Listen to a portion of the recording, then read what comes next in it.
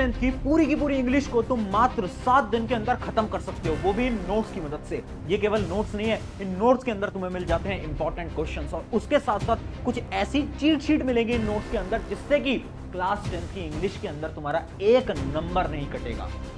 तो hi everyone, मेरा नाम है प्रशांत और आज आप सभी के लिए इंग्लिश की एक ऐसी स्ट्रैटेजी लेकर आया हूं ना जिससे कि आपकी सारी प्रॉब्लम खत्म होंगी। उसके साथ साथ इंग्लिश का सिलेबस तुम अगले 7 दिन के अंदर करोगे।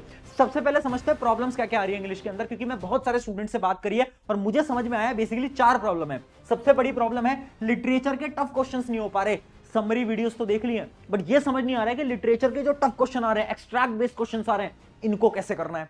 उसके अलावा ग्रामर कहां से करें, ग्रामर का तो कुछ पता नहीं है। उसके अलावा रीडिंग और राइटिंग सेक्शन के लिए कोई ट्रिक होती है क्या, कोई ऐसा चमत्कार है क्या जिसकी मदद से हम कम प्रैक्टिस से कम टाइम से अच्छे मार्क्स ले आएंगे, तो वो ट्रिक भी आज मैं देने वाला हूं। उसके साथ साथ लिखने का सही तरीका क्या है। इंग्लिश में आपने देखा होगा बहुत सारे बच्चों के नंबर कट जाते हैं, क्यों? क्योंकि इन्हें लिखने का सही तरीका नहीं आता। वही तरीका आज मैं आपको बता दूंगा। कुछ ऐसे नोट्स, कुछ ऐसे कीवर्ड्स, इतनी सारी चीजें बनाकर लेकर आया हूं ना।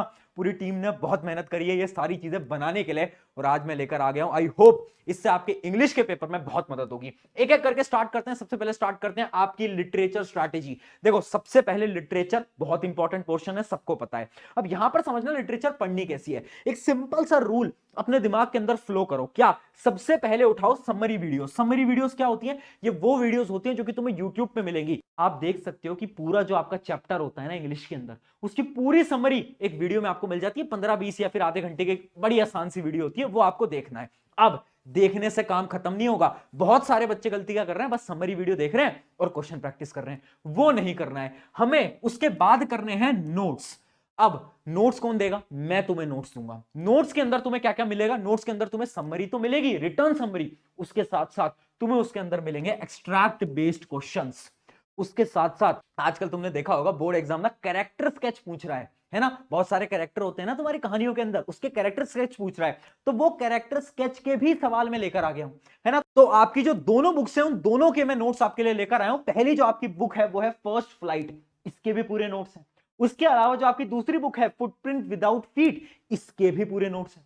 दोनों के बना दिए हैं। अब तुम्हें लग रहा होगा भैया ये कैसे नोट्स हैं, इंग्लिश में कौन नोट्स पढ़ता है? मैं बोल रहा हूं पिछले साल भी ऐसे कुछ नोट्स दिए थे, बच्चों की मदद हुई थी। समझना, इन नोट्स की मैं थोड़ी सी झलकियां दिखा देता हूं कि ये नोट्स आखिर दिख कैसे रहे हैं। बहुत प्यार से, बहुत मेहनत से बनाया यार, है ना। अगर मैं बात करूं फुटप्रिंट विदाउट फीट की, तो इसके अंदर आप देख सकते हो पहले इंडेक्स वगैरह आपको दिख जाएगा। उसके अलावा अब आप देखो फ्लो क्या है नोट्स के अंदर। सबसे पहले हमने क्या पढ़ा है, पूरा का पूरा जो स्टोरी है ना, वो स्टोरी लाइन हमने पूरी की पूरी लिख दी है। अब आपको वापस से अपनी जो किताबें हैं ना जिनके अंदर इतनी मुश्किल इंग्लिश है, वो पढ़ने की जरूरत नहीं है। अब आसान इंग्लिश से पूरी की पूरी स्टोरी समझ सकते हो, बट उससे पहले आपको एक बार वीडियो लेक्चर देखना पड़ेगा, ठीक है। उसके बाद क्या है, हमने डाल दिए हैं एक्सट्रैक्ट बेस्ड क्वेश्चन। देखो, एक्सट्रैक्ट बेस्ड क्वेश्चन डाले हैं जो कि आपके पेपर के अंदर आजकल बहुत बार पूछे जाते हैं, तो पूरे के पूरे मोस्ट इंपॉर्टेंट क्वेश्चन डाल दिए। उसके अलावा टॉप 10 PYQs, देखो ये कुछ वो प्रीवियस ईयर के रिपीटेड क्वेश्चन है जो कि बार बार पूछे जाते हैं, तो वो भी डाल दिए। ये सारी चीजें मिल रही हैं आपको इसके अंदर। तो इस प्रकार से हमने करा है सारे चैप्टर्स के लिए। ये तो आपकी एक बुक है, एक बुक नहीं, और भी जो दूसरी बुक है उसका भी हमने कर रखा है। जो आपकी फर्स्ट फ्लाइट है उसके लिए भी हमने बना रखा है। तो दोनों बुक के लिए ये सेम चीज बन चुकी है। इन नोट्स के अंदर आपको क्या करना है, आपने वीडियो देखी, वीडियो के बाद आपको क्या करना है, यहां से समरी पढ़नी है फटाफट से।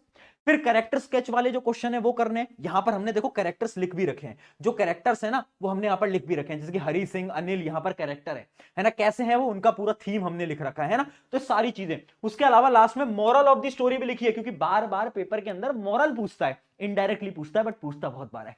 तो यहां मॉरल भी लिख दिया है। बहुत मेहनत करी है यार ये बनवाने में। एंड मतलब ये फ्री में दे रहे हैं सबको, सबको फ्री में। अपने दोस्तों के साथ शेयर कर देना डिस्क्रिप्शन में। बट अभी वीडियो पूरी नहीं हुई है क्योंकि बहुत और भी चीजें हैं, सिर्फ इतना नहीं है। तुम्हें लग रहा है कि अच्छा इतना बनवाए, नहीं, प्रशांत भैया आए हैं यानी बहुत कुछ लेकर आए होंगे। तो ये तो होगी नोट्स की बात। आई होप नोट्स का आपको सारी चीजें क्लियर हो गया होगा। अब वापस से आते हैं। अब देखो भाई प्रॉब्लम क्या है ना, अगली प्रॉब्लम ये है कि भैया लिटरेचर में सब कुछ पढ़ लेते हैं, ठीक है, आपके नोट्स भी पढ़ लिए, क्वेश्चन भी अटेम्प्ट कर लिए, बट लिखने का तरीका क्या है वो कैसे सीखें। अब मैं बताता हूं। मैंने करी बहुत सारे टॉपर से बात और सभी टॉपर ने एक स्ट्रैटेजी बताई। स्ट्रैटेजी का नाम क्या है, द कीवर्ड स्ट्रैटेजी। ये क्या होती है कीवर्ड स्ट्रैटेजी? क्या होती है कि जब भी आप इंग्लिश के अंदर आंसर लिख रहे हो ना, तो आप कुछ ऐसे वर्ड्स का यूज करो जो कि आपके बुक के अंदर है। आपने देखा बुक के अंदर कुछ टफ वर्ड्स होते हैं, थोड़ी भारी इंग्लिश वाले शब्द होते हैं, तो वो जो शब्द होते हैं ना, वो आप जब लिख रहे हो ना, तो आंसर्स के अंदर उन वर्ड्स को यूज करो जिनको हम बोलते हैं कीवर्ड। हम गलती क्या करते हैं ना, हम सोचते हैं कि ठीक है हमने समरी पढ़ ली और एग्जाम में आंसर्स तो खुद से बनाकर लिख ही आएंगे, बट उसमें प्रॉब्लम क्या है ना कि तुम खुद से बनाकर तो लिख के आते हो, बट एग्जामिनर जब चेक कर रहा है ना तुम्हारी कॉपी, तो उसे मजा नहीं आ पा रहा है, जिस वजह से वो आपके आधे एक नंबर काट लेते हैं। अब इसका क्या सोल्यूशन है, कीवर्ड स्ट्रैटेजी हम कैसे फॉलो करें?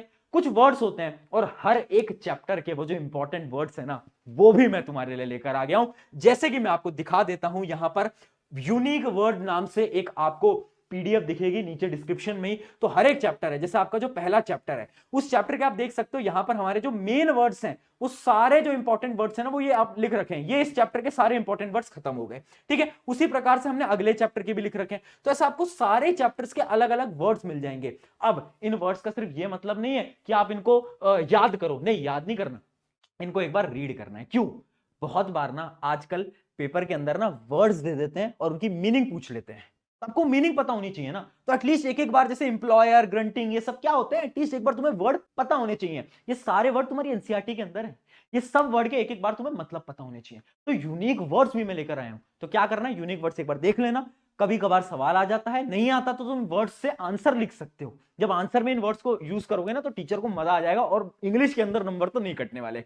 तो लिटरेचर तो पूरी सॉर्ट हो गई, नोट्स भी हो गए, क्वेश्चन भी हो गए, कीवर्ड्स भी हो गए, सब सॉर्ट हो गया है, हर एक चीज। आई होप यहां तक आपकी इंग्लिश में मदद होगी है ना। अब बढ़ते हैं अगली चीज के ऊपर, जो कि है राइटिंग। राइटिंग पोर्शन एक ऐसी चीज है ना जहां पर तुम्हारे नंबर कट सकते हैं। क्यों? क्योंकि ना तुम्हें ना पता ही नहीं है, बहुत सारे बच्चे जिनको पैटर्न ही नहीं पता कि भाई लेटर कैसे लिखना है, उनको यही नहीं पता, वो पैटर्न में ही गलती कर देते हैं, फॉर्मेट में ही गलती कर देते हैं। तो सबसे पहले ये समझो कि मैं तुम्हारे लिए यहां पर भी लेके आया हूं चीट शीट। देखो, तुम यूट्यूब पे भी वीडियो देख सकते हो कि इंग्लिश की राइटिंग सेक्शन का जो लेटर है वो कैसे लिखते हैं, ये सब लिख सकते हो, बट मैं तुम्हारे काम को आसान कर देता हूं यार, है ना, मैं तो हूं ही तुम्हारे काम को आसान करने के लिए।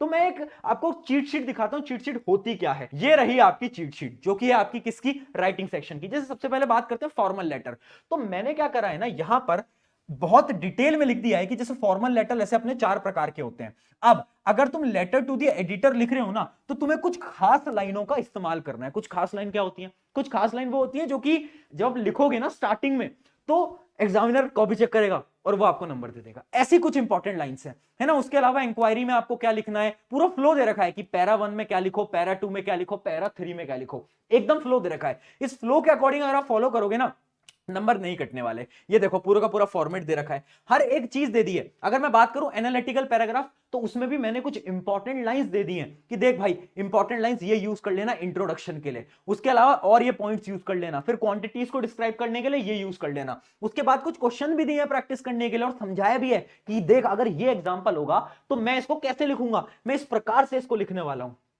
तो डिटेल में आपका यहां पर राइटिंग सेक्शन भी समाप्त होता है। पहले लिटरेचर खत्म करेंगे, फिर क्या करेंगे, फिर राइटिंग सेक्शन। राइटिंग सेक्शन बहुत इंपॉर्टेंट है, बस पीडीएफ उठाओ, समझ लिया फ्लो, समझ आ गया, 2-3 क्वेश्चन प्रैक्टिस कर लेना, लिख लिख के प्रैक्टिस करना बहुत इंपॉर्टेंट है, नहीं करोगे बहुत बड़ी प्रॉब्लम है। तो ये भी समझ आ गया, चलो यार ये बहुत बढ़िया बात है। अगला है अपना रीडिंग पोर्शन। ये एक ऐसा पोर्शन है जिसमें मैं हर साल देखता हूं बच्चों के नंबर कट जाते हैं। मेहनत क्या होता है ना, हम रीडिंग पोर्शन की करते नहीं है। हमें ऐसा लगता है रीडिंग पोर्शन में क्या करना है, वो अनसीन पैसेज जाएगा, उसको पढ़ेंगे और ना आंसर लिख देंगे। भाई एक चीज समझ लो, पहले बोर्ड एग्जाम के जो पैसेज आते थे ना रीडिंग पोर्शन, वो आसान आती थी, अब आसान नहीं आती। अब एक ऐसी इंग्लिश एक तो लिख के देते हैं, एकदम टफ इंग्लिश, और जो क्वेश्चन होते हैं ना वो डायरेक्टली नहीं होते, इनडायरेक्टली होते हैं। क्या सोल्यूशन है? कुछ नहीं करना, सिंपल सोल्यूशन है। क्या? सॉल्व बाय टाइमर मेथड, कोई और ऑप्शन नहीं है। देखो, हर रोज मात्र आधे घंटे दे दो, इंग्लिश का पेपर ही सबसे पहले, तो आधे घंटे दे दो हर रोज। क्या करो, हर रोज सिर्फ 30 मिनट दे दो। क्या करना है, एक टाइमर लगा दो, एक टाइमर लगा दो और देखो 30 मिनट के अंदर तुम कितने पैसेज सॉल्व कर सकते हो, है ना। सैंपल पेपर तो सबके पास होंगे, नहीं लिए तो ले लेना, लिंक डिस्क्रिप्शन में दे रहा हूं।